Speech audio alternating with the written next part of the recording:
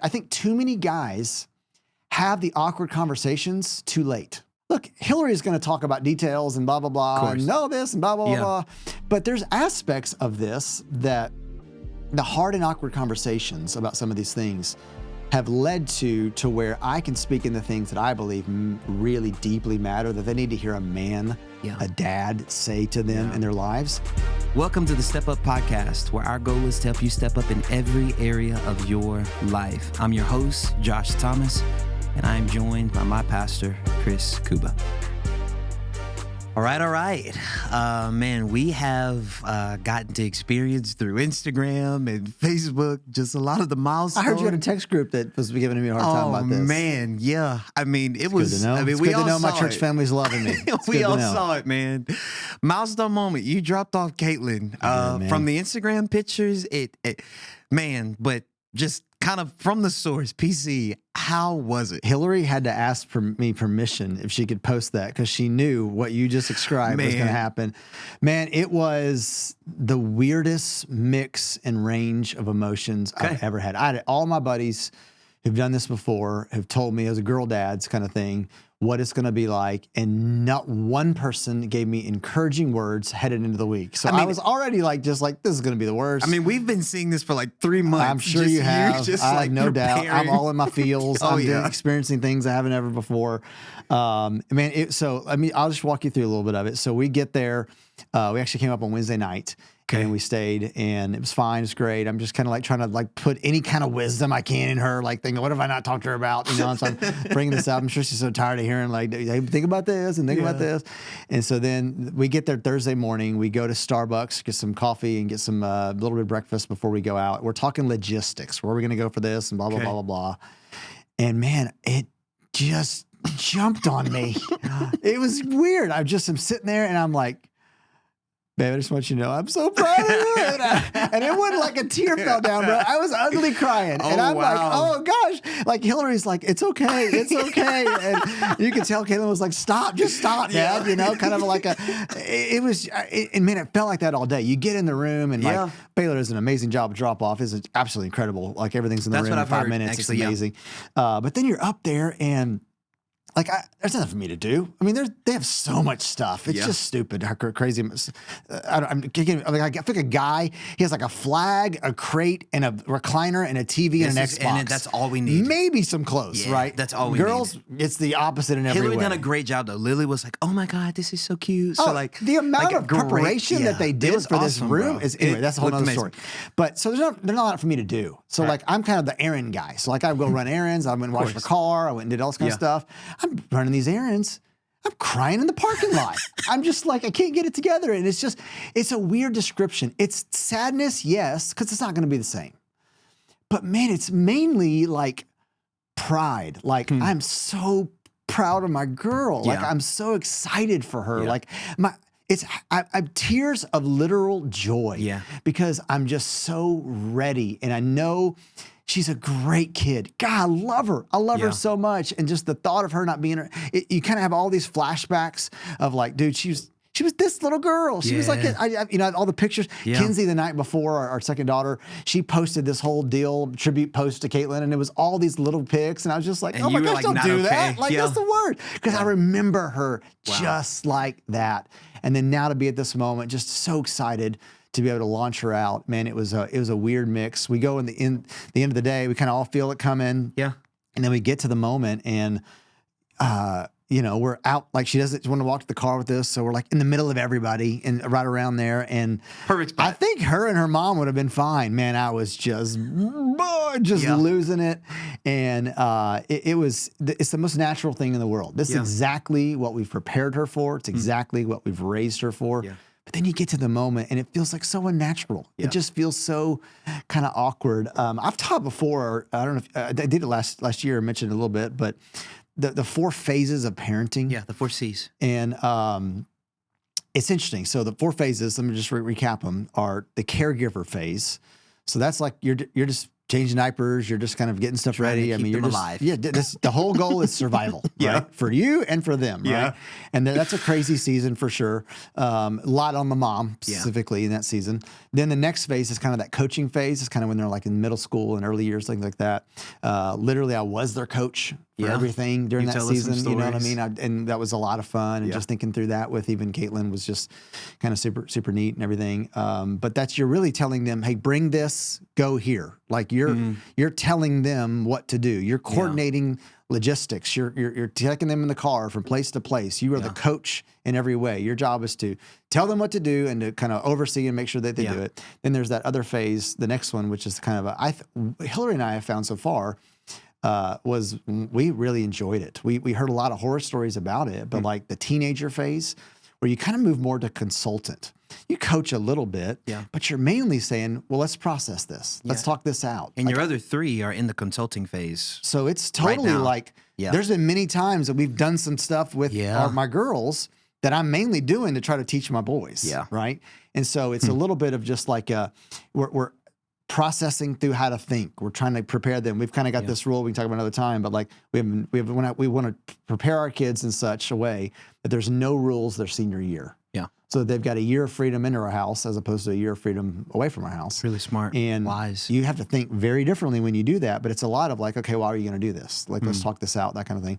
Well, then that last phase, I've always heard about it. It's the first time we're ever entering into it, is the confidant phase. And that's kind of whenever all of a sudden you become friends with your kids. You're always their parent. Of course. But there's this transition, there's this feeling of just like, okay, now I'm moving into a stage where I'm, the toothpaste is out of the tube, right? Like, I nothing I can do to pull it back in. So I'm now trusting what has happened. And so we just kind of crossed that threshold for the very first time. And man, it's kind of weird. I did a little reflection. I just kind of thought through a little bit about this of just like, okay. Which no one's surprised well, that maybe you do not. that, by the way. I debated whether even to bring it up here, but I just thought, man, I think I would have loved to hear something like this. It would have helped me. And so I just, this is not going to be applicable to everybody. Everybody's family situations and life circumstances are different. But man, for me, this is just where my heart's at, raw, real, where we are, as I've just crossed the threshold, at least with my oldest, and I got one more coming up. Let me give you some of these. I wrote 5 key insights for girl dads, because I do think this is specific. Maybe I'll feel differently whenever my boys get there. I've got a couple years away from that. But what I want dads to know that have the beauty and the blessing of girls are these 5 things. That's what I'll tell you, okay? You ready for them? Number 1, enjoy the kindness of the Lord.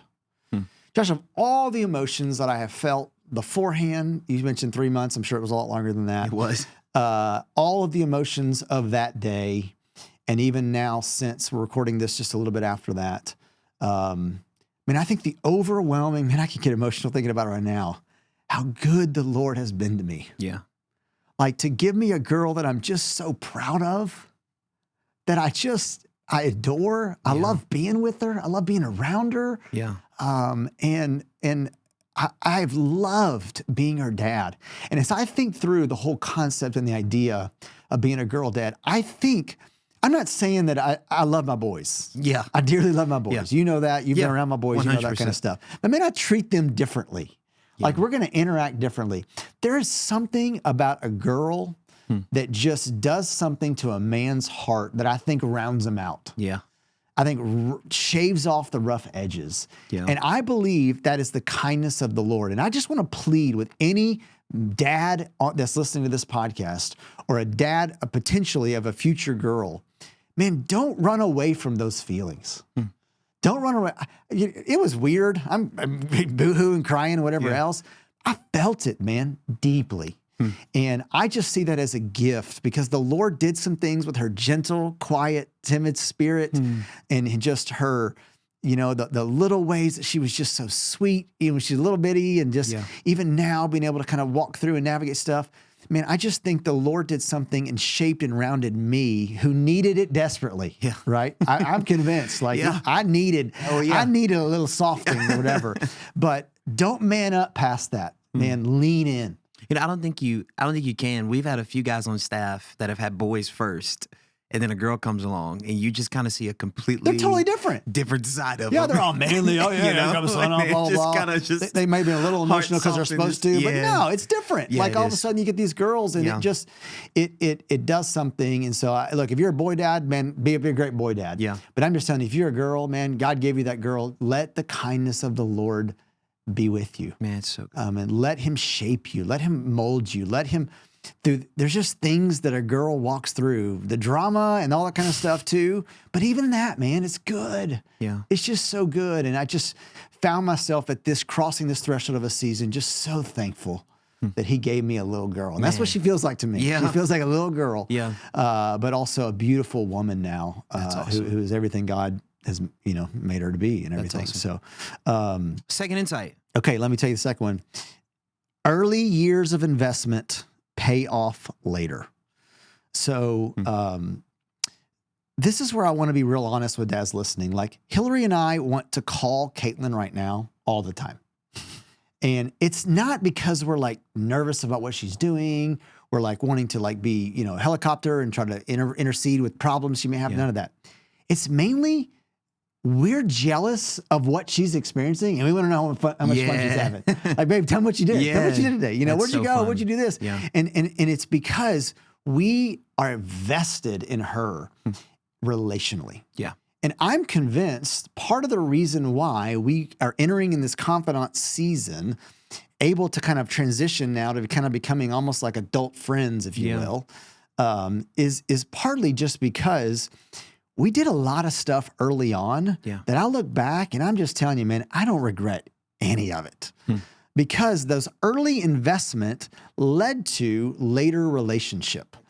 And there's just nothing better. There's nothing I would ever trade for than that. And I'm so thankful for it. We've had the privilege of hearing you in staff meetings. Lily and I just so thankful how you and Hillary love us. But everybody may not know what those early investment days look like. Yeah. So, I've heard them off mic a lot. But here, talk some of our folks that are listening through what some of those are. Yeah, a little few things we used to do. We used to do something called Team Kouba Day. Yeah. Which basically was a day that I had budgeted on and given money to Hillary to figure something out that we could do that was super fun. And so it could have just been a lunch. It could have been a visit somewhere that we wouldn't normally go. Together. Just, we live in a big, great city. Last thing you want to do is if you ever had to leave the city, which I hope I don't have to, be in a situation to where you didn't take advantage of the fact that you live in a great big city, right? Yeah. So we wanted to do that no matter what we do, no matter what. So we just created these moments where Hillary was the best at it. We just kind of went over the top, like made it a huge deal. Like, Team Kouba Day, we're making a big deal, kind of a thing. Or anytime your birthday, we'd go through balloons for the longest time. My kids are like, this is weird, kind of a deal. Yeah. But like for the longest time, we just make a huge deal of those experiences. I mentioned before, I coached all the time.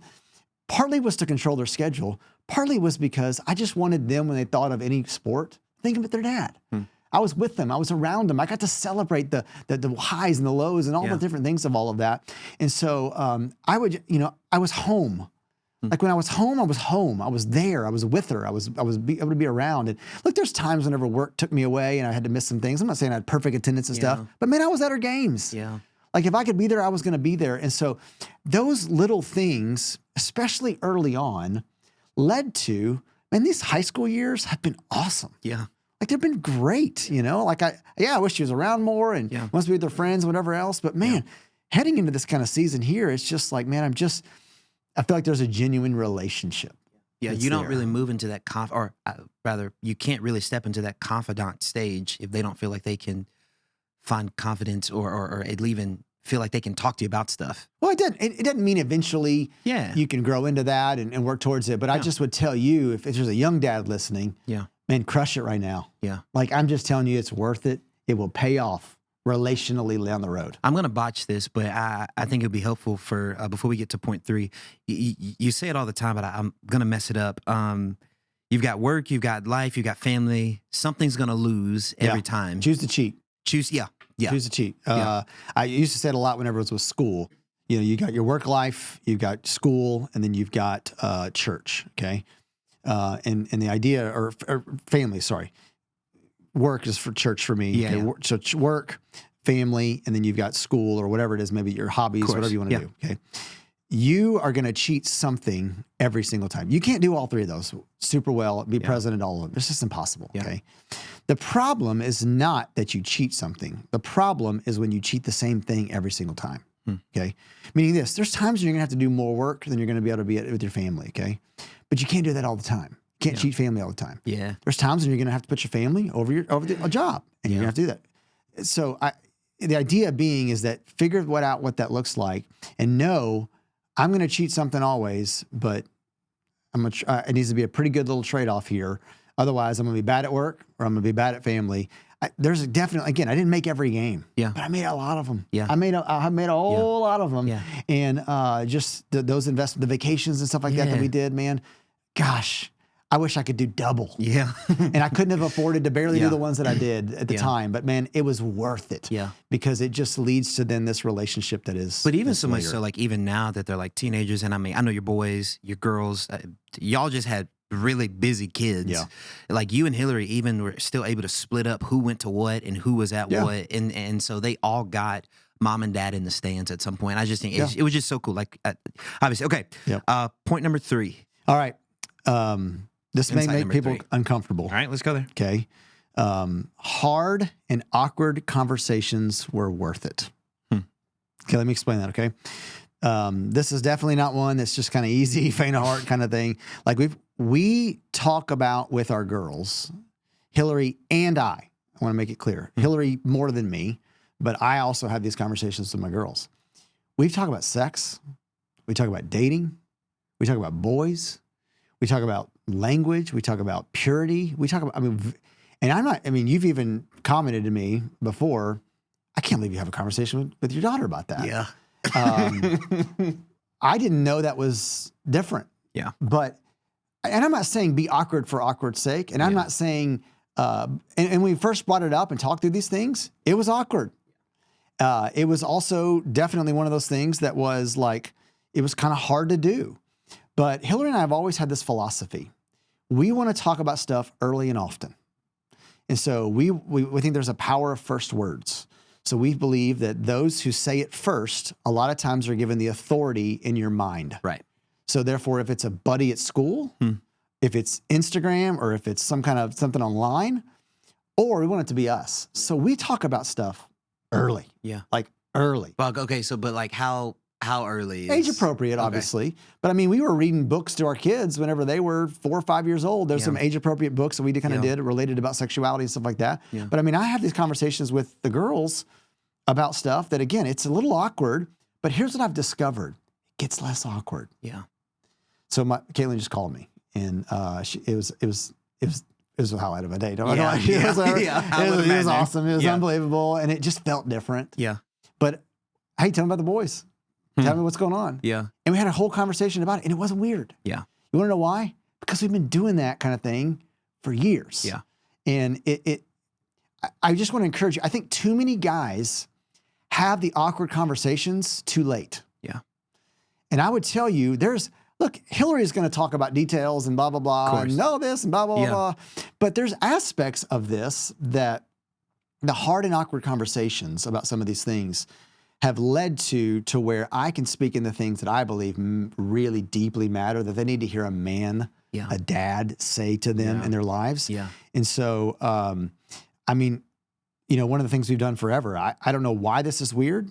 I would love to make this podcast be the way that it becomes not weird and it becomes a normal thing, not only in Northeast Houston, but beyond. Okay. But like, I have had hard, awkward conversations with anybody who's tried to date my daughters.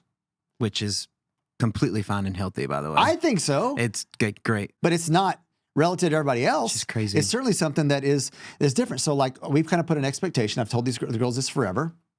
If a guy wants to date you, that's all. We're not like weird about dating.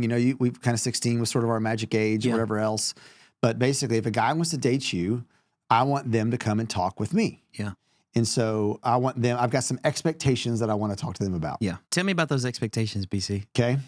So here's my speech. All right. I've heard this. I've done it a couple times. I've heard this, but I've done it a couple times. Yeah. Okay. First thing I would tell them, well, first of all, just the idea of them having to come talk to me weeds out a lot of guys. Yeah. I ain't going to talk to your dad or whatever. And I tell the girls, that's your cue. Yeah. Like if they're not willing to come and have a conversation, that shows you a lot right there, right? So here's my conversation. So if any guy listening to this podcast ever wants to date my daughter, this is what you're going to hear, okay? First, take care of her personally. Speak well about her. Speak well to her, okay? I don't want to hear about you dogging her. There's a good chance, statistically speaking, you may not be with her forever. So when this thing ends, I want you to honor her in the way that you speak about her. So my expectations, if you're planning on entering into this relationship with my daughter, I want to make sure that you're not trashing her reputation, you're not sharing private moments, you're not blasting stuff out that if she texts you, that you take that vulnerable thing that she's laying out before you and you kind of abuse it and show it off to the world. If that's going to be the case, you're out. So I just want you to know that. I need you to make sure you'll promise me, make them ask, tell me, you'll promise me that you will honor her. You will take care of her personally, okay? Number 2, be her protector. When we go out, I'm in charge of making sure that she's safe. I'm making sure that she's accounted for. I'm making sure that she's watched out for. And so if a guy's going to come and he wants to date my daughter, what I need you to know is that, man, I'm putting that responsibility on you. It's good, though. Okay? I mean, I've even done this with different guys they've gone out in groups. I will pull a couple of the guys aside and be like, hey, man, I need you to make sure you guys are going downtown doing this, blah, blah, blah. I need you to have eyes on her. Yeah. And I'm going to make sure she's accounted for. If she's going somewhere, hey, man, where are you going? Like, I'm not trying to be like weird, like over the top, but I think I am trying to basically instill, hey, you've got my precious daughter in your car, in your possession.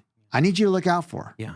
Protect her physically. Make sure that she is, or be her protector in this situation, okay? Treat her like with kid gloves, okay? This may be kind of old school. I'm just telling you, in my mind, my girls, that's what they deserve. Yeah, amen. They deserve white glove treatment. 100%. Take care of them in every way, okay? This is the one where it gets super weird, unfortunately. I always tell the guys, honor her physically, okay? I'm going to ask you to guard your integrity and your purity with my daughter. Yeah. Okay? What that means, and I get super specific. Oh, yeah. It's weird. Yeah. It's weird, okay? And I don't care. It's my girl. Yeah. And so I tell them, hey, I don't want you to do anything physically with her, okay? You can kiss her in a while. Yeah. Okay? Ain't anytime soon. Yeah. But you need to be careful. You need to make sure that you guard, and I don't want you touching her. I don't want you... And I get super specific, and I'm going to tell them, hey, I want you to know, I'm going to ask you, hey, man, are you guarding your integrity? And that's what this means. And I'm going to look you point blank in the eye, and I'm going to ask you that question. Okay? And so, again, I'm not trying to scare them off and whatever else, but, man, I am trying to make sure. It's interesting. I think my girls have always, at first, they were like, Dad, what are you doing? Why are you making this big deal? Blah, blah, blah, blah. They're so appreciative of it, bro. I've heard that. Yeah. And I think in some sense it baffles me that other dads don't do this. Well, okay, so before we get to the fourth insight, I don't think any of this is like, I'm not pushing back on you, but I don't think any of this is weird. I mean, we've talked about on this podcast that the average viewing age of porn is 8 years old, which means that's shaped every thought that they've had about women. So the power of first words is coming from a computer screen, right? And so and secondly, with the rise of divorce rates and single parent households, the reality is a lot of boys out there right now did not have a dad telling them how to treat a girl. Totally. And so it's this whole idea of if you are a girl dad,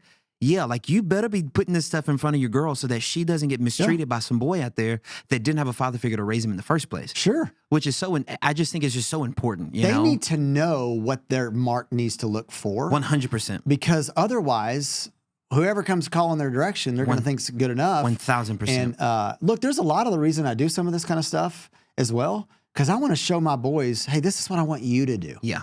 I want you to go have these conversations with the dad. I want you to be able to ask permission and all that kind of stuff. But man, again, we just talked about it, and it wasn't weird. Yeah. It wasn't because, and again, we've talked about some pretty kind of serious, awkward stuff. But it's just good. But I'm just telling you, hard and awkward early will pay off. Yeah. Because what you don't want to do is play catch up. Dad, don't play catch up. Yeah. Have that conversation. And if you have to play catch up, then start making it awkward right now. And it'll be weird, but that's okay. Yeah. Be the dad. She wants you to be the dad. Yeah. And she needs you to be dad. No question about it. She needs to be dad. Okay. Number 4. All right. Foster a healthy relationship between daughter and their mom. That's a good one. Okay. I'm telling you, Josh, one of the greatest gifts that I have with my girls is the relationship that they have with their mother. And what I hope they are seeing of what a godly, healthy marriage looks like. It's interesting. My relationship with my girls changed over time. They gravitated more to their mom, which is natural and normal. Yeah, that should totally makes sense. Yeah. But I wasn't offended by that. I was encouraged by that. And I realized my role with my wife needed to change. So I'm an early guy. I get up super early. My wife's a late one. And so she'd stay up late a lot of times, go to the girls' room, and she'd, at times it felt like we were ships passing through the night a little bit.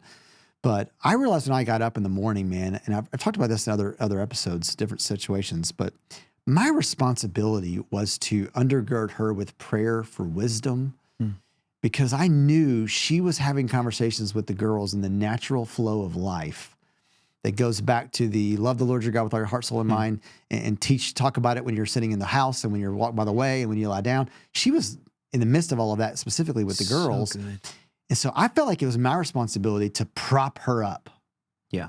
So like I'm the anchor of this house. I'm the leader of this house. And so what I'm going to do is I'm going to make sure she's got the prayer and undergirding support and the wisdom that God can speak to her and can fill her up. And so I would tell a guy on this deal that's a girl dad, crush your marriage.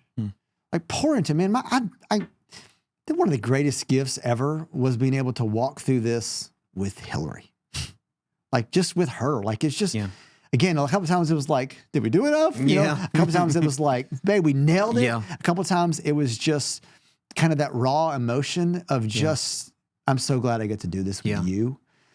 And so when you pour into your spouse and your wife and you make that a priority, then you can do what I did so many times to my girls and still do. Hey, be like your mom. Just be like your mom. That's awesome. Like when it comes to how you handle drama, be like your mom. She's your goal. She's your angle. Okay. Dress like your mom. Okay. Act like your mom. Talk to other people like your mom. Why? I can't tell you how many times I would speak out. I do this with all of my kids. I speak out loud, very loudly, about how just much your mom's awesome. Like your mom's the best. Like you don't know how good you got it, right? And some of you maybe are like, well, I don't have that. Well, then you need to invest in that, pour into that, because I'm telling you, your daughter is going to end up being like their mom, most likely. That's usually how it works, right? I know whenever I went to my father-in-law and asked his hand in marriage, right? To be able to marry his daughter. He said, do you love her? And then he said, can you live with Joy? Joy is my wife's mother's name. And he's like, because when you get Hillary, you get Joy thrown in, right? And man, Joy's been one of the greatest blessings ever. In some sense, that's exactly what I'm going to be able to say. Wow. Because Hillary's so close to her girls. That's so cool. But I tell you, I feel like I had a part in that because I tried to make Hillary the priority. Man, that's so good. I tried to love her well, and it led to be like your mom. Yeah. She's awesome. She's the best. It's beautiful. All right. Let me give you the last one. Yeah. There's a lot more, but I think this is the top 5. Prioritize the church. Okay. Now I know what people think. And you're a pastor. You're supposed to say this. Yeah, of course. I can't get over that. I am a pastor, and that's what I do. But I will just tell you this, man. As I enter into this stage, I am so thankful for the church of Jesus Christ. Amen. People have church hurt. Church hasn't always been perfect. But man, it's been really good. Yeah. And as I think back and know where she's at and what she's entering into and the season of life that she's moving and experiencing, I think back to the youth leaders along the way and the kids leaders that poured into her and spoke life into her. I think back to the table group leaders that she experienced along the way that did that. I think back to just the people that were able to say things that her mom and I said, but she just heard it different when she heard it from them. I think back, she had jobs along the way that were with church people. She babysat people's houses that were in the church who were trying to raise godly kids, and just blessed her just by seeing their kids and what it looks like.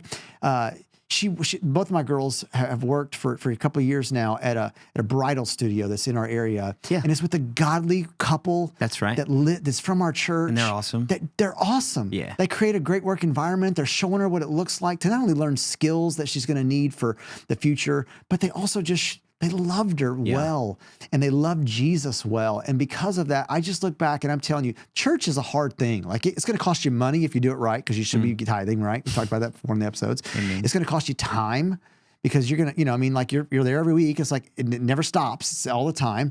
It's going to cost you outside investment. Like you're going to have to, if you're going to really connect with people and do life with people, you're going to have to, outside of Sunday morning gatherings, go and get together with them. There's a lot of sacrifices that we had to make. There's sport tournaments and things like that we chose not to do because we wanted to make church a priority. I'm just telling you, all of that, quote, sacrifice. I'm sitting here today with my daughter, just left the house, another one about to do it as well, another girl. Yeah. The ROI is worth it. Amen. Like, it's worth it. The church is the greatest thing in the world.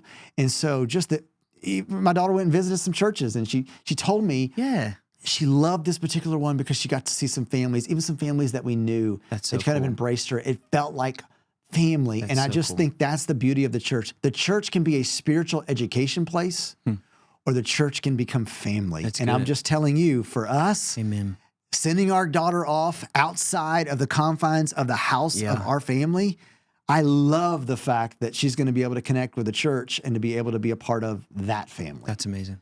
And it's just so worth it. That's amazing. PC, all right. I got 2 questions for you. Okay. Question number 1, if there's a dad listening right now that's got young daughters, what would you tell them? You're going to probably do exactly what I did whenever I heard this advice. I didn't believe it. It happens so fast. So I would plead with you, beg of you, urge you, man, invest, coach, be there, be present, be involved, get off your phone, spend time with your girl, make sure all the girly little stuff that they're doing, man, get in the middle of it all and be all in on whatever she's in on, because I'm just telling you, that investment, that prioritizing of church, all of these things we've mentioned, it's going to be worth it. Man. It's going to happen this fast. Yeah. It's going to be a blink of an eye. And I've been told this next season may even go faster. But that being said, I'm just telling you, we look back without regrets on those 4 different seasons. Those 3 specifically we've lived. We instead look back and, man, they were all awesome. Yeah. Every single one of them are awesome. And I've got no reason to believe the next one's going to be different. That's amazing. Question number 2. Okay. What would you tell a dad that just dropped off their daughter at college or has got one that's about to go to college? What would you say? It's going to be hard. That's the first thing I tell you. But I'm not done being her dad. I'm just done with this chapter. Yeah.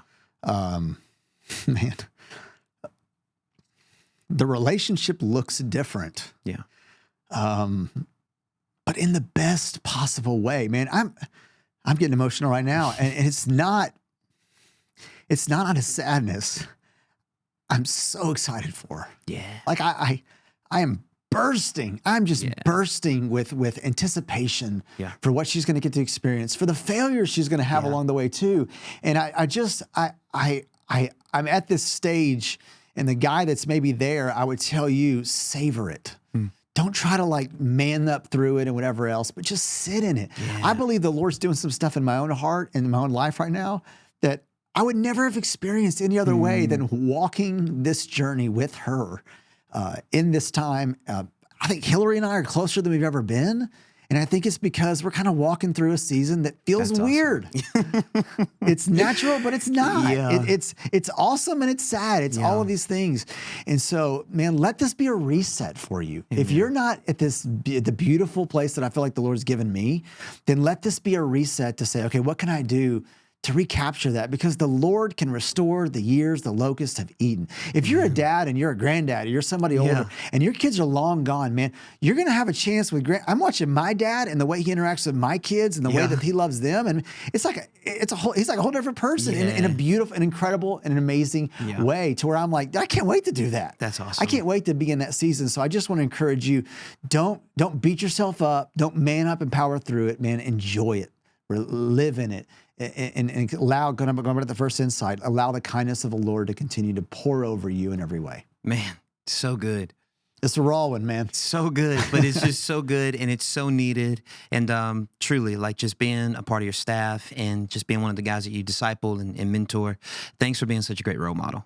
Like it really is an honor to get to do life alongside you, and then to watch how you care about Hillary and about the girls and how you parent the boys and just all the things. And so it really is a joy. Hey, men, thanks so much for tuning in today. There was a whole lot of wisdom in this one.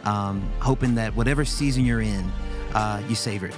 Until next time, we'll see you. Thanks for listening to the Step Up Podcast. Do us a favor and like, subscribe, and share this episode to help us get the word out. We would love to hear from you. So please leave us a comment and even leave us a review wherever you listen to your podcast. For additional information or to reach out directly, please visit chriskouba.com.